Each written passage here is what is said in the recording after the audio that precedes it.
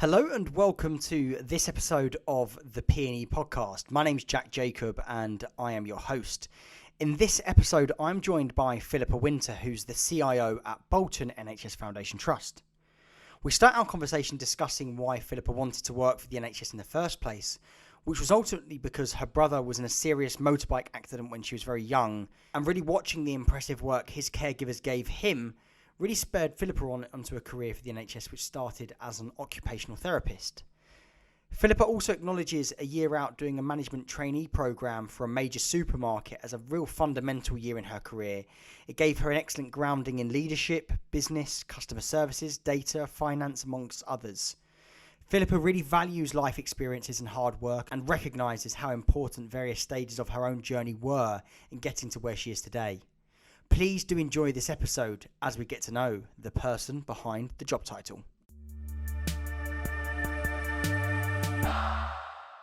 Hey everybody, before we get into this conversation with Phillipa, I just want to give a massive shout out to the episode sponsors, which are Imprivata and Common Time. Common Time have launched a new brand for the healthcare market which goes live this week called InTime.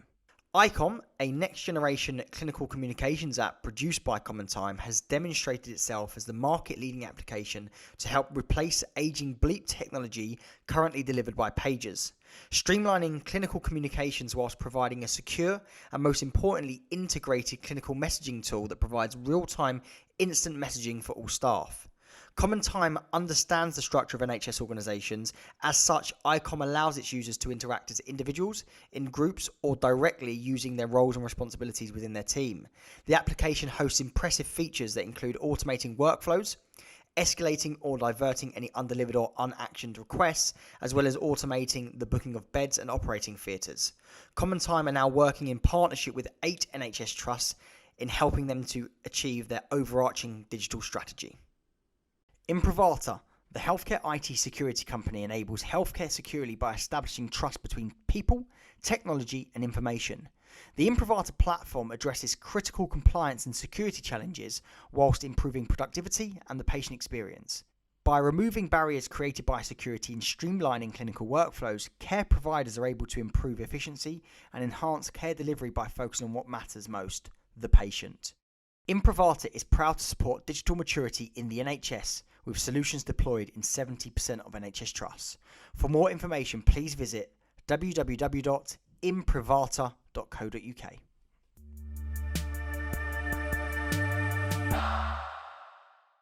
Cool. Well, Phillipa, thank you so much for joining me today on the podcast.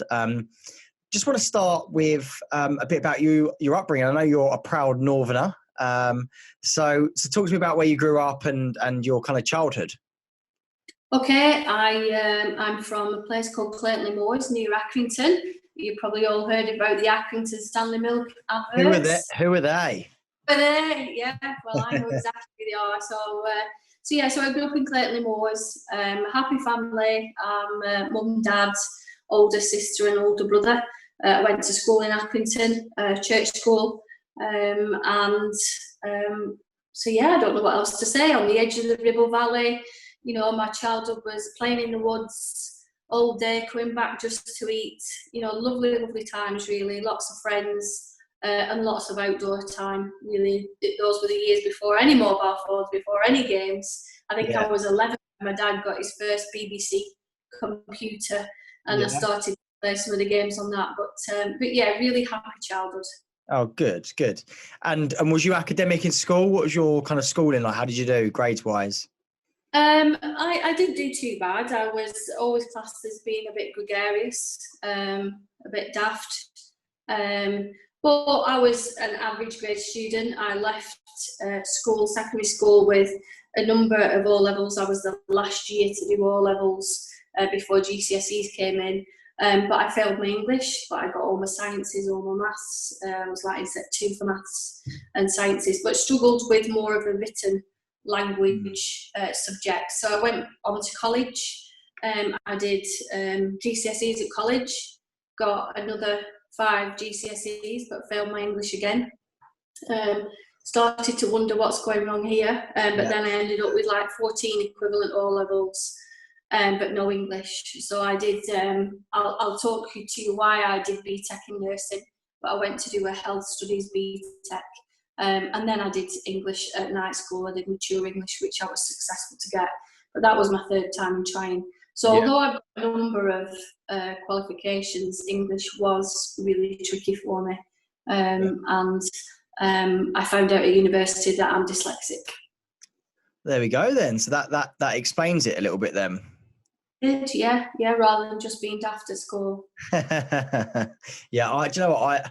I've always struggled with kind of my English, particularly writing. It takes me so long to, do you know what, actually, I'm glad you said that, because one thing I wanted to talk about was if someone sends me a really long email, it actually gives me anxiety. Like, oh my God, I've got to reply to all of that. Like, see, like when I text on WhatsApp, I don't know if you've ever noticed, but I'll send loads of little texts rather than a blocky paragraph. And I like it when people reply to me with loads of little text, because then I can reply to each bit and I just find it easier to digest. With email, what I have to do is I have to, like, if it's like bullet points, I'll copy and paste the bullet points and then write my reply to each bit and leave it in red.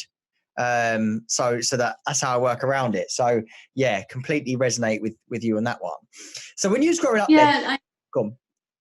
So I agree, and I think the one thing that I told students, obviously when I was a therapist and a therapy manager, is that you will find your way and you will find ways to adapt. And I'm the same. I write quite succinctly, and the beauty of finding out at university was then finding ways to adapt. And in medical notes, there's a way of writing which is called SOAP notes, which is really succinctly used subjective, objective, analysis and plan, which was really good for me because I could be really, really tight on what I wanted to say. Whereas if I start to write a paragraph, I write the biggest load of drivel and waffle. And then you sort of think to yourself, like when I get to the role where I'm in now, is that there is a level of anxiety, and I've just completed my master's, and there was a level of anxiety there because academic writing doesn't come easy or is comfortable to me. You can adapt, and you, as long as you're aware and you get certain things checked, and you can do it. But I am definitely not a word wizard. I'm more verbal and more expressive and more pictorial in the way that I get my points across. Yeah, hence my voice notes to you. Exactly. I loved it. I thought this is great. My husband does that to me sometimes, and it's hilarious of how it comes out, on the phone, especially when you're in the car. So did you, when you was growing up, taking it back to kind of school age, did you ever think that you'd be leading like an IT division, digital division of an NHS organization, or was that almost, you didn't know about IT and digital and so on? I did know about IT because my dad is an industrial chemist and we were always one of the first families, we were one of the first families to get the big TV, flat screen rather than the big massive hoofy TV. We were one of the first families to get a video, VHS, and we used to go to the video shop at the weekend as a treat. And as I say, he got a BBC computer, and he always explored with us. We were always really practical. I was always in the shed with my dad. So technology was always something, and he was into steam trains and, making them himself and tugboats. And so we were always building and doing stuff with my dad. That was normal.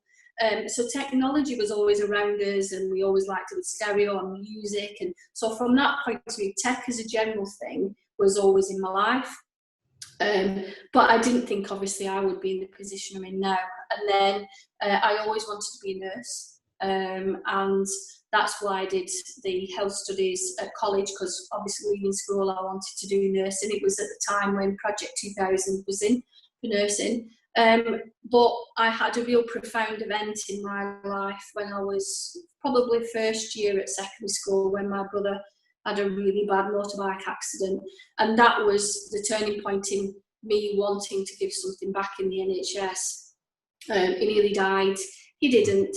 And the surgeon did a lot for him. He wanted to be a forester. He was 17 at the time. He was knocked off his bike, and there was an ambulance at the time there which put a pregnancy clip on his artery, which saved his life. We actually got to the scene because the taxi driver wrote us, so I got to the scene with my mum and dad to see my brother, and he was bleeding to death. And then they were going to amputate his leg, and they didn't. So I watched all this, and my brother was in hospital a long time. He was one of the first people in the UK to have a frame on his leg, and he had his hip bone put in his leg, and the splints, and just absolutely amazed me. And that's when I knew I wanted to be a nurse. Wow. So then, obviously, then joining and doing the BTEC course was what I wanted to be. We had a talk from an occupational therapist, and I was like, wow, this is it. This is what I want to do. It's the holistic approach. It's got the psychiatry elements, but the physical element. There was all the splints, and my brother had lots of splints, but it was all the rehabilitation. That's truly what I felt I wanted to do. So that's why at college I wanted to become then an occupational therapist, and that's really the background to what brought me into the NHS. Wow. So it's just all, you saw that amazing work and you thought, I want to be part of that. I want to be part of that organization. So, but your first role though, so you went to university, didn't you, to then study a degree in occupational therapy? I did, yeah. But your first job was while she was at uni, wasn't it? As a management trainee at one of the large supermarkets. It was, but before that, what it was is, again, I was on my BTEC, and to get into university, you needed to have 2 merits at your BTEC, which I did, and obviously work experience, and it was quite competitive to get into uni. And at that time, I was a student at Sainsbury's. I was a section leader in Burnley at a big supermarket. And I was going up the ranks, and they said to me, how about going for training management, Phillipa? So I thought, well, I've not lost anything. I don't know if I've got into university. It was always quite difficult for me to get the high academic grade that I needed, not knowing I was dyslexic at that time. So I applied for university, and I applied for the training management, and I got through all the recruitment process. Didn't hear anything from university, because then it was different. It wasn't the clearinghouse quite the same. Didn't hear anything back, so I thought, I've not got in. So I got a car, started working in Manchester as a training manager. And about 6 weeks after I started, again, we didn't have mobile phones in that age, which shows how old I am. My dad got a message to say he wanted to ring me on the canteen phone, on the public phone, and he did. And he said, there's a letter come from university saying there's no accommodation for you at Liverpool. And I was like, what is this? So anyway, my dad rang up when I got home. It transpired there was a number of us that our letters had got lost or mixed up. And I had actually got into university. So I had a year out. So because I was 6 years into my job, I'd bought a car. So I said to my dad, it was about £1,000 and things like that. So I said, right, I'll do my year. So I did, and it was one of the hardest years of work, but really, really good grounding, I have to say. I owe a lot to that company and the training that they gave me in that 12 months. Around business, around customer service, competition, all those different things, data, financials. I got a really good grounding. And then I left and went to university, which was really what my passion was, even though I'd thought that, well, I'll go into retail and try and get my own store. I went to university, and it was in my second year of university, after some placements, that they talked about my note writing, and they were saying, you're brilliant at what you do, but your note writing lets you down. So I had an assessment in my second year, and I did the test over the summer. My fiance, who's my husband now, took me to Liverpool for the test, and I came out and said, they were so easy, there's nothing wrong with me. And then I got my results, and they said you're dyslexic and dysgraphic, and it's quite significant. But I got to university, I was in my second year, and then they just gave me help in my final year about how to be succinct in the way I was, and obviously about reading as well. So I needed extra time in exams, and I qualified. I have to say, although it took me a little bit longer, it took me longer from school because I need to go for my English. Obviously, then going to Sainsbury's, every single part of it was so important in my journey, because it's all about that learning and that experience. And I think by the time I got to university, I was 20. I was a bit ready to knuckle down, because I'd done a year, and I'd done a hard year of long hours. So I was really invested in, what my future was and what I wanted to achieve. I had a good time at university, please don't think I didn't, but I think it worked out really well, and I think it shaped me for who I am today. Yeah, definitely. So going back to the management training thing, was you almost picked to do that? Did you show like leadership qualities that they picked up on? Say, well, actually, you could be one of our managers with some coaching and some training and some advice and so on. So I was just a normal student working at weekends at Sainsbury's, and then they asked me to become what they call a section leader. Yeah. Which is obviously, you're responsible at that time, and because I worked late and there was only certain one manager in, you had certain responsibilities to cover in your area, and I was a section leader over the produce section. Yeah. So again, and they give you some training, and I was 17, 18, and they give you a lot of training. It was really good grounding and responsibility at such an age as well. So I definitely think that did shape me. But obviously they identified that leadership in me at that age. Yeah. But I think it's all around experience and about people. I'd been a Queen's Guide.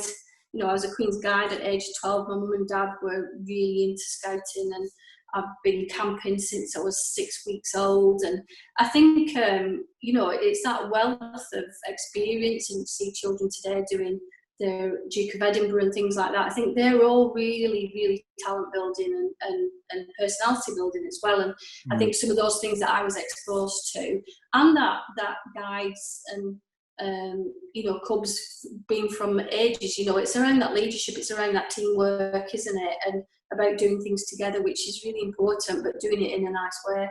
Yeah, no, definitely. I think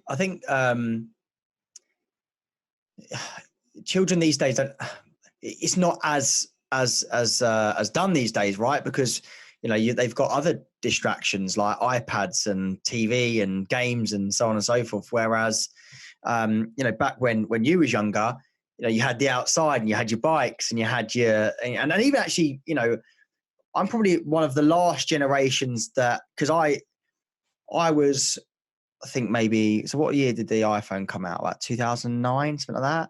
And that's when really kind of technology advanced from kind of having a personal computer in your hand, all day basically. And so, I was one of the last generations that, like you, was out in the woods a lot, building camps, out on the bike. You used to find your friends by where the bikes were left, and see a big pile of bikes outside someone's house, or on the street corner or whatever. And so I've got 3 daughters, and I just think,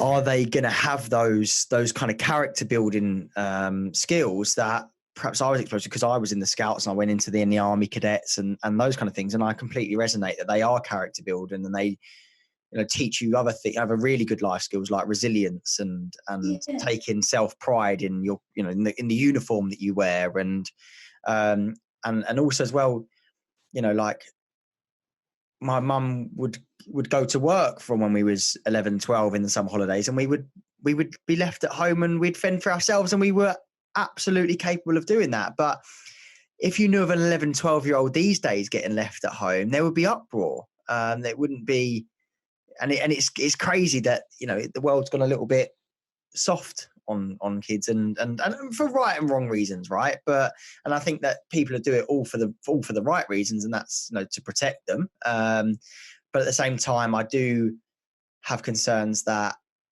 people will lack fundamental communication skills and leadership skills, and that kind of drive and get up and go and so on, that we almost had to have when we were kids, because otherwise, you're a wimp, as my granddad would say, stop being a wimp and get on with it type thing. So yeah. I'm hoping through COVID, like I've worked obviously all through COVID, but my sons have been at home and the girlfriend, and they've done a lot of things that they wouldn't have necessarily done, a lot of hobbies, going for walks, and I'm hopeful that really in these last few months that people have reflected on this time and how we spend that time and how you spend it as a family, but also how you, and we've been so lucky with the weather about being outside, in these sort of circumstances. And I know that you can't necessarily go out and play with your friends, but there's so many opportunities to do things differently, isn't there? And I'm hoping that people may have thought about resetting that in the last couple of months as well. Yeah, I certainly have. I've started running, got out my bike. I bought a really nice bike last year and then didn't use it for what it was, made for. It's like a mountain bike and stuff. And I got out and I got on it and got really into it and stuff. And then as we've kind of picked stuff back up, as P&E's picked stuff back up, launching our new stuff, doing the podcast and stuff,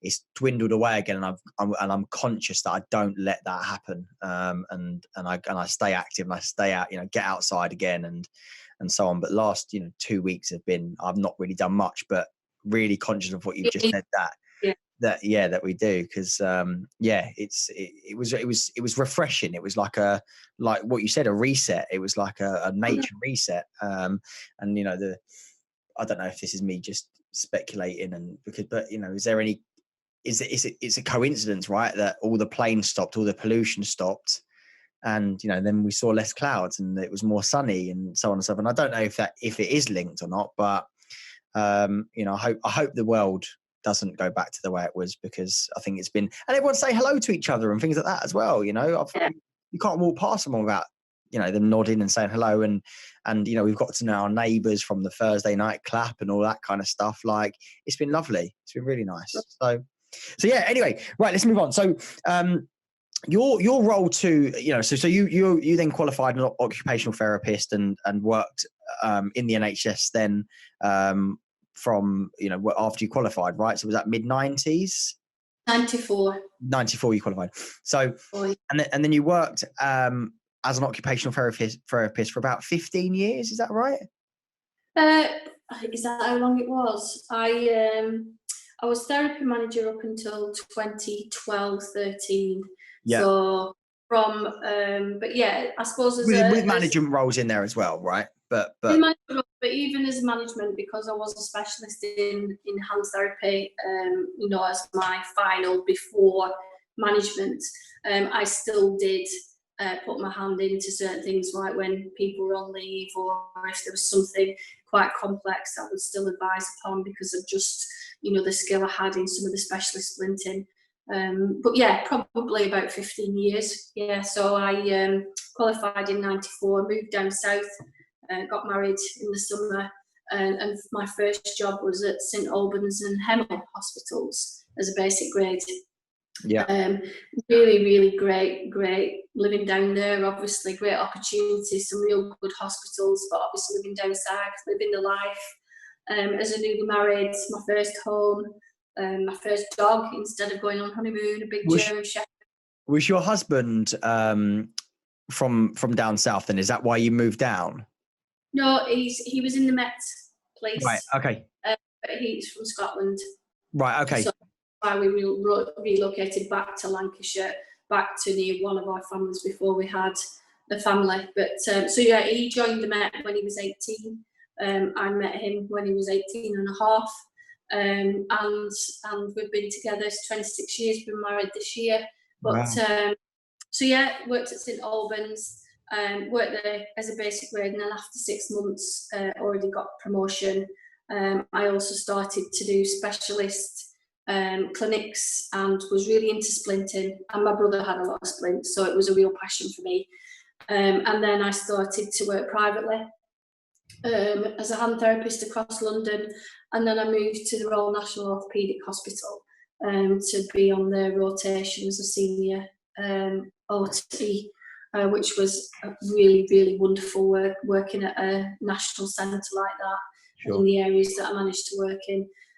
So I went there particularly because I wanted to do peripheral nerve injuries and all the different kit around that.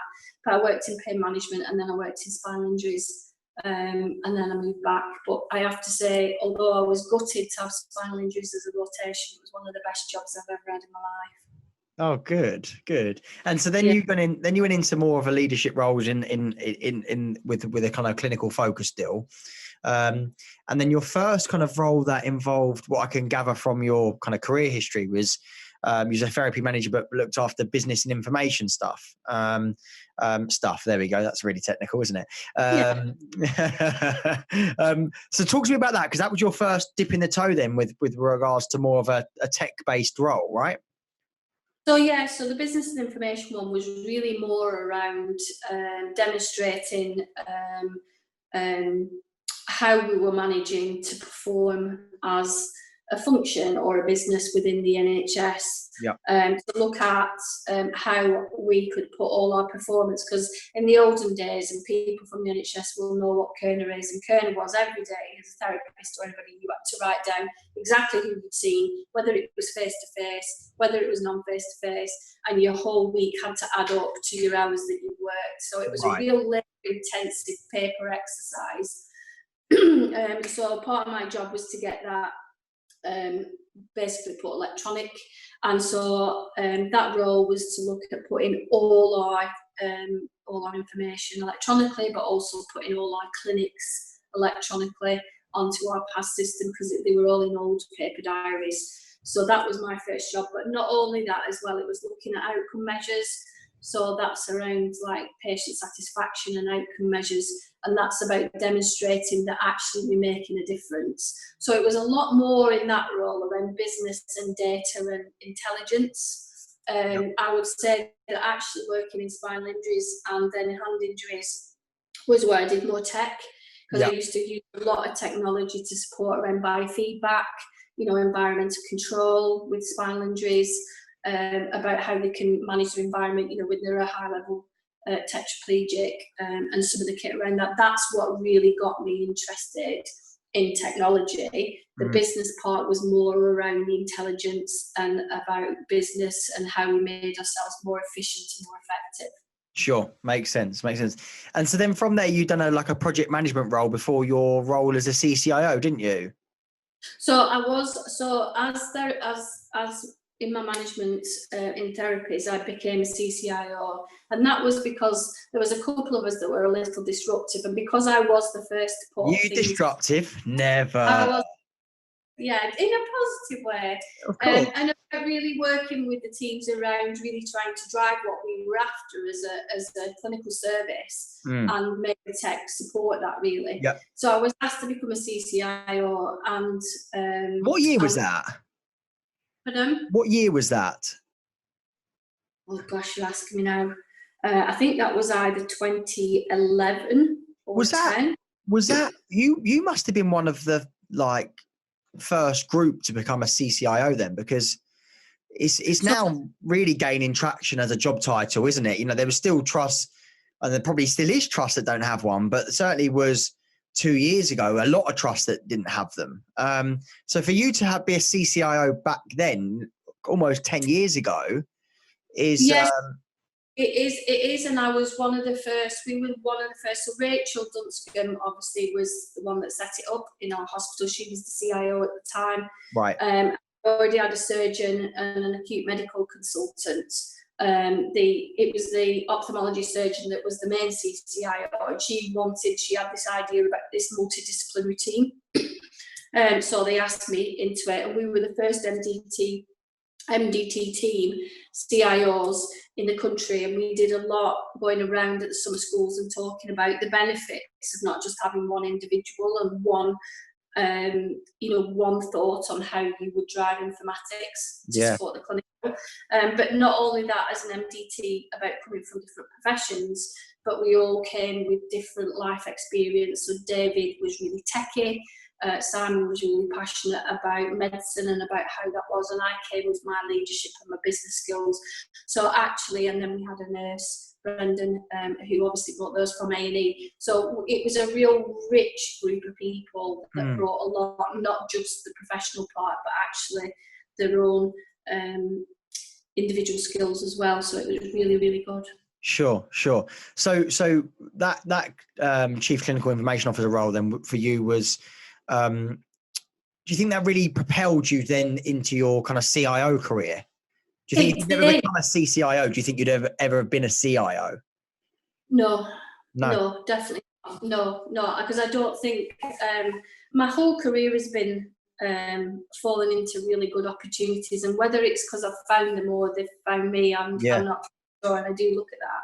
But the CCIO role absolutely gave me the hunger around informatics and user engagement and user-centered design.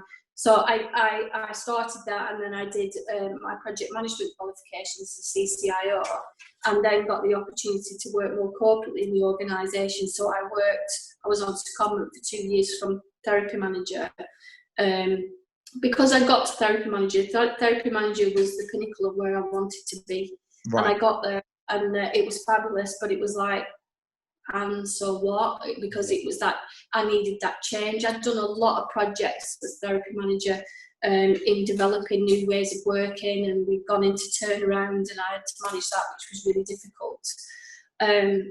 But it was that change part that I absolutely loved.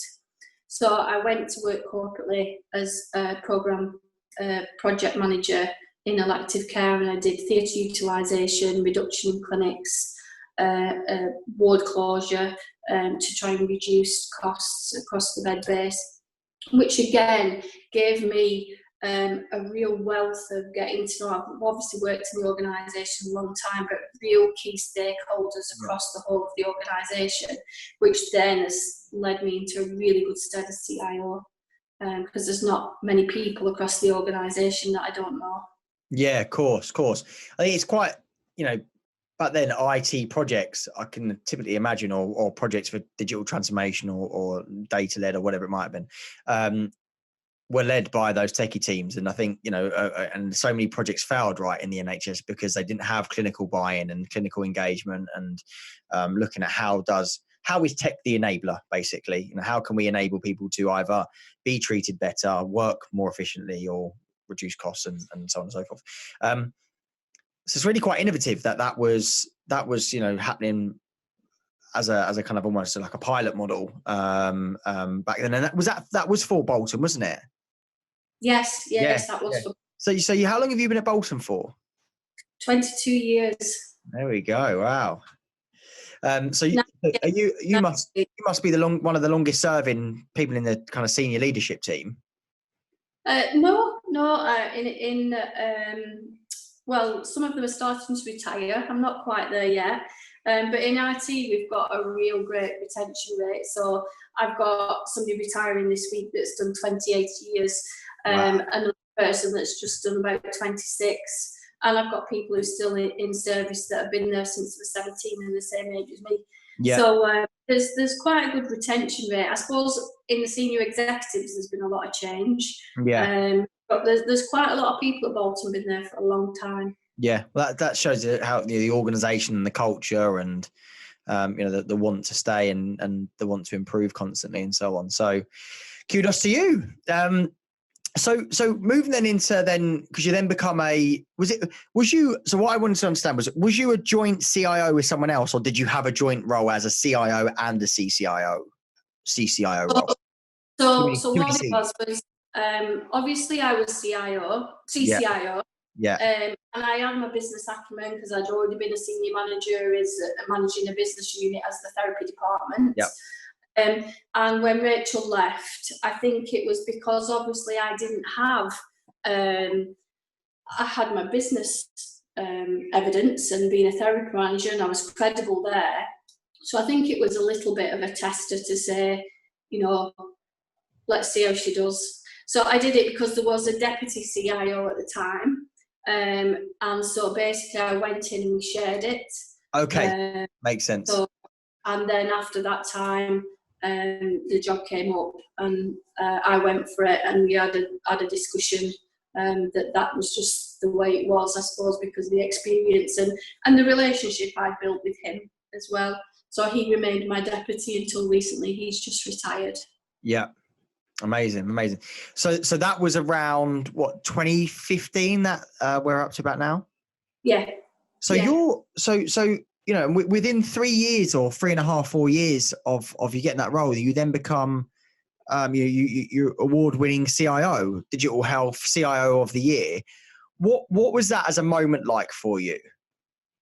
Oh, it was just absolutely amazing. I think I couldn't quite believe it because that was in 2018. And there is an element of me that has a bit of imposter syndrome. Well, I was going to ask this. I was going to say, was it a coming of age moment for you? You know, I am worthy. I come from a clinical background. I haven't got the route that these traditional CIOs, techie backgrounds have got.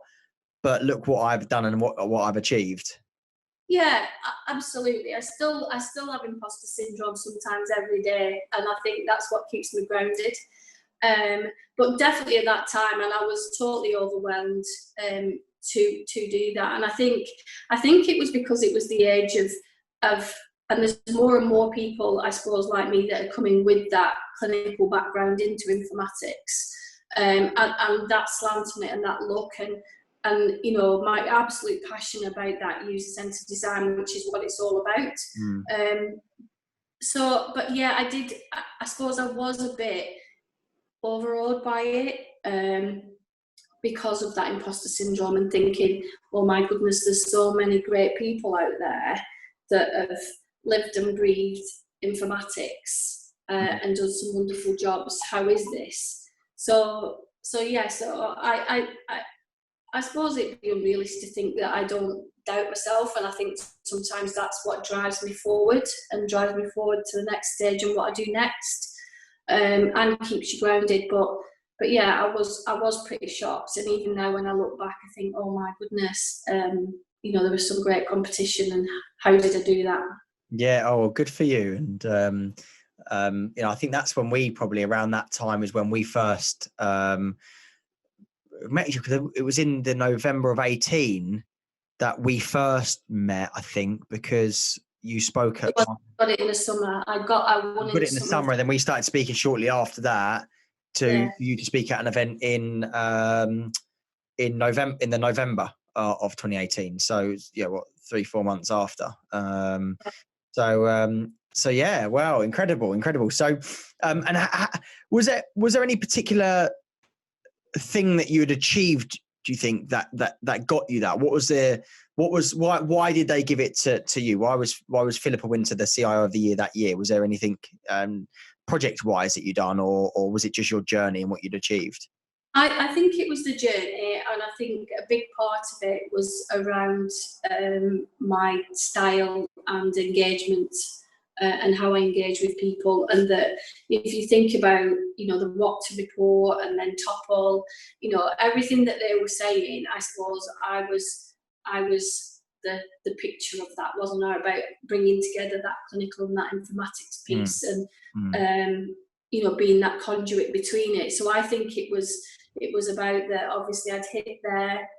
I am a gregarious person, so obviously I love to meet people, and that networking is absolutely key for me, because I've got this real thrive to learn from others, and if people have done it, then, you know, I want to know that. And I think, so again, because my personality, I probably did sort of go, here I am, and let me know everything about you, but also learn from that and take that into practice. So I think that's probably why, when they said of why I did win, was more around my style, and because of obviously the clinical background. Yeah, sure. So how was it taken over from Rachel Dunscombe then, when you got the role full time? Because obviously she's you know, a figurehead for women in technology, particularly in the NHS and healthcare in general. How was it feeling? Was it a daunting task filling someone of that kind of magnitude and that stature? She's like a healthcare celebrity, isn't she? Yeah. So yeah, what was that like in terms of filling her shoes? So it was daunting, and you know, Rachel's one of my best friends, so, you know, and I love her to bits, and she's so blue sky, and like, yes, she's a rock star. And it was daunting, and I think that's why there was a test at first that I was acting, because it was, you know, they were absolutely gutted to lose Rachel. Yeah. And I had to really learn fast and hard. But I think the difference is I am different to Rachel, and we complement each other really well in the different skills that we've got. And with regards to being at Bolton and taking what she started in strategy and then delivering it, Yeah. I think was the success for me, because it was actually I did the deliverables of what Rachel had set up, and that helped me then demonstrate my credibility Yeah, as of course. CEO, Yeah. coming from a different background, if you see what I mean. So, Yeah. and I think it was because that engagement piece was absolutely critical to the stuff that we needed to deliver, including getting our electronic patient record deployed. So Yeah. it was daunting, but it's important that we're all different, isn't it? And we learn from it, but also we utilise our skills. And I think, as I say, myself and Rachel complement each other really well in our differences. Yeah, awesome. And what's your leadership style then? So what for you is good leadership? So good leadership for me is identifying people's strengths, giving them autonomy. I have to say, I would say I'm a little bit of a control freak, but not to the point where I don't let people have freedom to act. Yeah. And when I say control freak, I just say, keep me in the loop. I'll butt out if you want me to, but I'll also be there if you need to. But also don't ask me to come in at the last minute when sometimes it's too difficult to dig yourself out of a hole. But engagement, honesty, and even and understanding people's styles, and I think that's where it comes as being an occupational therapist, and having the emotional intelligence to understand different people's ways and how they react and how you get different things out of different people. But truly, my leadership is around engagement, honesty, and freedom to act for my staff. Yeah. At all levels. Yeah, incredible. And is there any particular leader that you've worked under that is massively inspiring for you, that has been a real pivotal person in your life and career, I suppose, because that's what leaders do. They don't just affect your career, they affect your life as well. Good leaders. It's difficult to pick one person, isn't it? I think what I like to do is pick the best out of a lot of people. And I've got a lot of people who I look up to, including my dad, and the values that he has. Values are really important to me. But I think for me, it's about getting the best and understanding what you like and you don't like about different people. And reflecting on your own style and trying to understand how you can adopt some of those really good things. But it's got to be authentic, and I think that's where a lot of it comes down to your values and your beliefs. I think you need to be, as I say, reflect and understand some of your behaviours. But to pick one person would be really difficult, because I'd say I'd pick the bits, or the bits I don't like. Yeah. People, and there's things that I don't like are definitely the things that I don't want to see in my own style or leadership. Sure. So you talk about values. How do you realize your own values? Because I think that's something that I find quite difficult, is, absolutely want to act with integrity, absolutely want to be compassionate and show empathy, and but at the same time I want the job delivered, and I want to make sure that the people around me are delivering it to the standard that they should expect from themselves, but I expect, and hard work and all those other things, right? But I find it difficult to not see it as potentially fluffy or words for words sake. Do you know what I mean? So how do you identify your true values and live by them? So I think it's quite easy, and okay. I'm next year, so I've had 50 years of thinking the things of what I've done wrong and what you do. But I think if do you think it come at a certain age that you found it easy? I think over the last probably 20 years, being a parent teaches you a lot, but also just experience with different people and different people's styles, and learning from that and being reflective. I think it's really important. I think when I was younger, I was probably less reflective, and I'm still a bit gung-ho, and if you give me the baton, I'm running with it, but I'm not sure where I'm necessarily going, but I'm going. So that's the thing that I've been more reflective on recently, because obviously I need people to be with me rather than running all over the show. Yeah. But I think for me, communication is really key, and it's about managing expectations, isn't it? And I think if you've all got a value and you've all got a goal, and actually if you've got a combined goal and everybody understands what their impact is on that goal and they're signed up to that, then you can't really go wrong.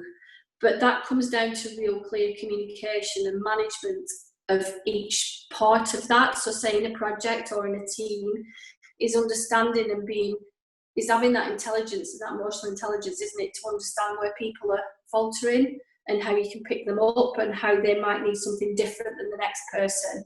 But actually, if you're all really clear and you communicate, but you also have an open door to say to people, it's okay if you're struggling, but come and talk and let's talk through it and we'll find a way. And you use a coaching style to find your way.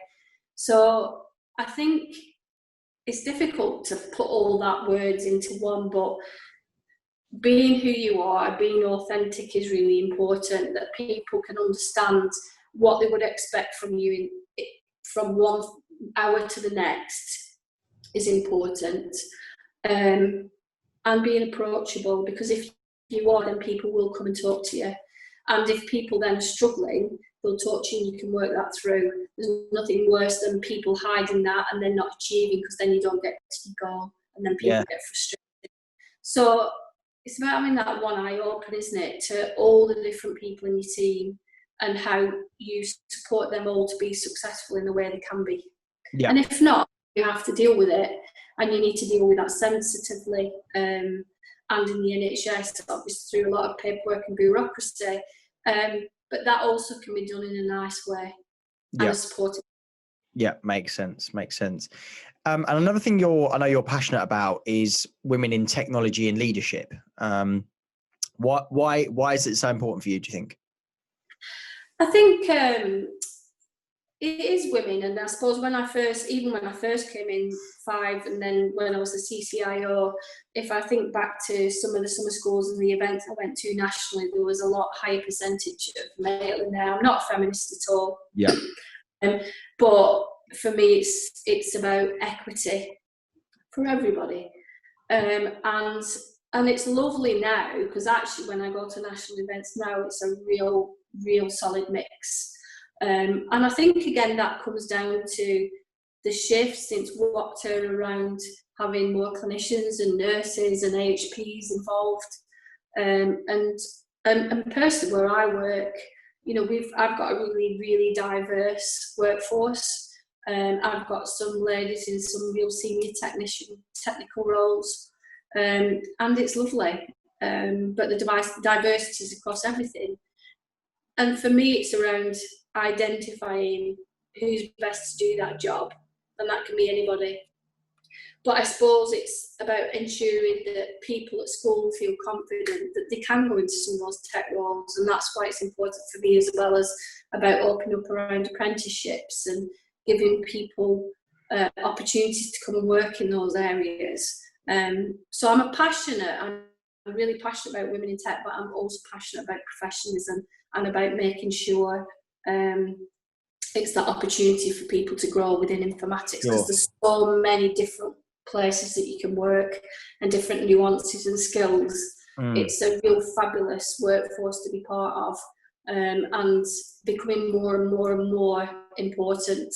It's not going away, and even if you look at COVID and some of the devastating jobs where people have been furloughed, etc., tech actually in itself has boomed. Of course it has, yeah. Oh, the people that I furloughed most of my sales team, all of my sales team, for example, all of the operational kind of people and so on, and the ones that I've, although outsourced and I had an option to kind of cut what we was doing with them and stuff, the people that I've ultimately kept on and stayed on is my marketing and techies that do the podcasting stuff and the graphic design stuff and all of that stuff, because it was the skill set that we needed to keep face and carry on, because but from the outside you probably wouldn't necessarily know that the whole company's been furloughed, except the people that we outsource stuff to. And I know that technically I couldn't furlough them, but I could have stop the retainer that I'm paying them each month and said, look, my business is, so completely agree and resonate. So let's talk about COVID then, because I want to address it for obvious reasons. You know, you're a senior leader. You've led your kind of IT team through this tragedy and you know, huge amounts of deaths and heartache and so on. But I know that we've had conversations on the phone and so on, and what it's done in terms of, you know, speeding up transformation and remove red tape and politics and the bureaucracy in certain areas. And I think you said, I've quoted it a couple of times, but I think it was you that said, you know, we've done what we'd have done in 2 years in 6 to 8 weeks, in terms of, you know, the timeline of the strategy and moved it forward. So what's that been like in terms of working at such a pace, and what COVID's meant for you being able to just get on with it really and make stuff happen? So yeah, I think it's been unprecedented, and working in the NHS, you know, it has been a really tragic time, and for a lot of people with work, obviously losing lots of lives of loved ones, and yeah, it's been hard. And I think for like my team, when at its peak, it was really full on, and that was really quite testing. So our staff, where we were trying to get hundreds of people working from home and hundreds of people being able to talk to their loved ones in really difficult circumstances. And not only at Bolton do we provide services for the hospital and the community, we also provide services for all the GPs in Bolton and CCG. So we had it for health across Bolton, that we had not only the hospital but all the GPs about working so differently overnight, and people working from home and shielding and protecting them. So they were long days, and there was you know, an inundated amount of work. But I have to say, we used our team differently. So we used our trainers to support in the technology and the driving some of that, and giving some of that kit out, because we were having to give hundreds and hundreds of laptops and teaching them about how do you do it at home and stuff like that. But then going on to the wards, also our EPR team were having to change things in the EPR really rapid and fast around COVID. And then we've done all sorts of great technology as well, like we've put AI into radiology, which is looking at chest x-rays of patients with COVID, which are real innovative things. Cool. I've seen Dr. Rizwan. Dr. Malik. So he's been integral in that. And that has been absolutely amazing for the clinicians in the organisation. But all those projects normally in the NHS would take some time, and we've not had any extra staff. So it's really been firefighting, and you're firefighting of what is that priority of that day or that scheme, and that's been done over a matter of weeks, which would normally be months and years. But saying that, it's been really positive. And although my team are exhausted, and they've worked wonderful across the whole of informatics and BI, I've been like doing so many reports, national reporting, and up through the night because of all the different demands on them to deliver, which is the same across the NHS. I'm really proud of my team that they've been so responsive, and where other people obviously work from home, they've had to keep going. So that's been really important. But the command and control has been key. And I think normally people would say in the NHS there is bureaucracy and paperwork and, you know, extra. And obviously we have meetings once a month, and capital meetings, financial meetings, and you have to wait for that to take a business case. I think one of the benefits in COVID, and I think an element of that will stay, is the command and control, where you're having decisions made daily. And so in our organisation, we had bronze in the morning, it went to silver, and it went to gold, which are the execs. So on a daily basis, you got a response about what you had to put paper in, but it was quick, it was responsive, and then you could be responsive to the action of that. And that has been testament to the organisation and everybody, and all the managers and all the clinicians and staff working within the NHS. It's lovely to see them pulling together in really difficult conditions. But the command and control has been key, and that's where it's been really slick and fast paced, and then you can move on rather than wait, because we could have obviously.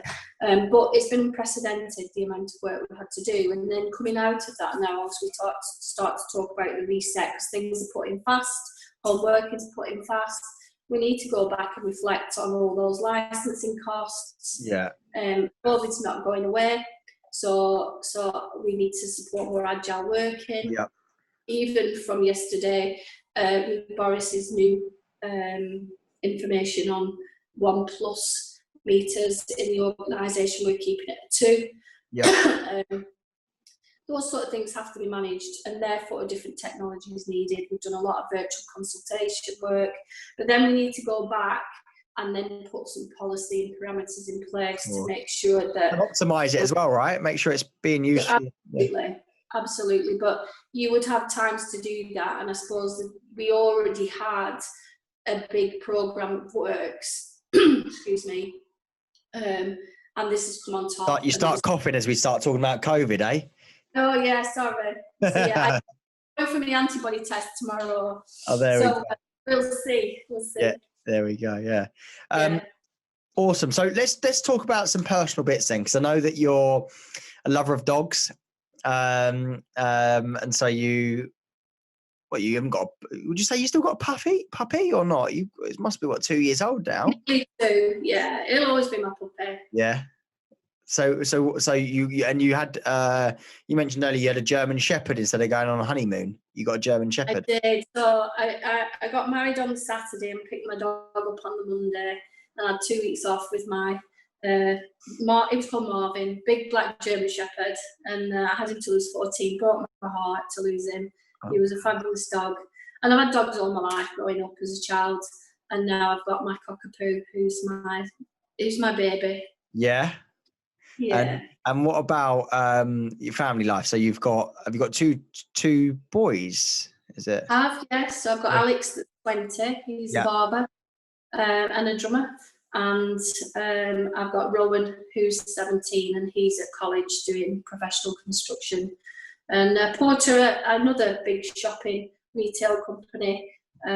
So he's raking it in over COVID. He's a happy boy. So, but Alex is now happy because obviously he can start to plan to go back to work. Yeah, cool. Yeah, it's probably been hard for him. No hair to cut except the ones in the household, right? Exactly. Yeah. And what about in terms of, you've got a lot of pressure on you. You've got a job with high responsibility and stuff. Is there anything you struggle? Do you struggle to switch off, for example? This year has been hard. And it has, because I've just also completed my Digital Academy Masters in Health Informatics. Yeah. Just completed my dissertation. And I think having a busy job, which all CIO jobs are anyway, and a long commute and long hours, is really important to get your work-life balance. And sometimes that's hard. I find that now is you've got to look at your well-being. I tend to listen to audio books going to work, which keep me calm, and then play loud music or do phone calls to people like you, Jack. And I know whenever we speak, it's always at the end of the day in your car or in the morning when you're driving. It is, but I think that's a good reflective time. I try to sort of leave it, if I can, behind. It's not always simple, and now I'm not doing my masters. I say that it feels really good because I have got more downtime. I think that was quite unprecedented, really. It's been a really difficult 2 years, but fabulous as well in my learning. Just enjoying life, enjoying some sunshine, downtime, lots of audio books, because as I say, reading's not the best for me. So I like audio books. What are you reading at the minute? Pardon? What are you reading at the minute? Or listening to? I can't remember what it's called. Flatshare, I think it was. Yeah. Do you read or listen to fictional or non-fictional books? I tend to listen to fictional, but this one's just a girly rom-com, but I do like a good murder. Yeah. Do like, Hopefully just reading about them, yeah? yeah, it's good distraction. I also like a good murder podcast before I go to bed, just to like freak me out before I go to sleep. There we go. Yeah, wow. Just before you go to bed. It's a good distraction. You can't think of anything else, can you? Cool. So a good podcast before you go to bed always helps you sleep. Yes. Yeah. No, I need to get back into my routine of it because I love reading, love listening to audiobooks, love listening to podcasts. And I'm good with the podcast, but certainly could be reading a lot more than I am at the minute because it does, it's like also when you exercise and stuff like that, you can't think of anything else whilst you're doing it because, and if you do, then you have to reread the bloody page and it's just annoying. So yeah, no, it's good. Well, anyway. It's about finding those times in your life that you can. And my commute is a perfect time to have some reflection and some downtime. So you need to find them too. And I say that to everybody. It's a stressful job. We've got to find a balance, find those little times, but also have really good friends. And I think in the CIO world, we're really good that actually there's a lot of CIOs nationally really support each other. And it is important because sometimes you can feel quite lonely, even in an organisation, and about reaching out to your peers is really important because we're all feeling the same. Yeah. No, nicely put. Well, it's been a pleasure to get to know the person behind the job title. So thank you so much for being on, and I hope you've enjoyed it. Thank you very much, Jack. Lovely to speak to you as always. You too. Hi everybody, thanks so much for listening to that episode of the P&E podcast. If you like what you heard, please make sure that you share this episode via your social media channels, as it really does help us to gain traction in promoting this podcast series. Please make sure that you also subscribe to the channel that you're listening via, as you'll then get notifications as soon as we release our next podcast episode. Thank you.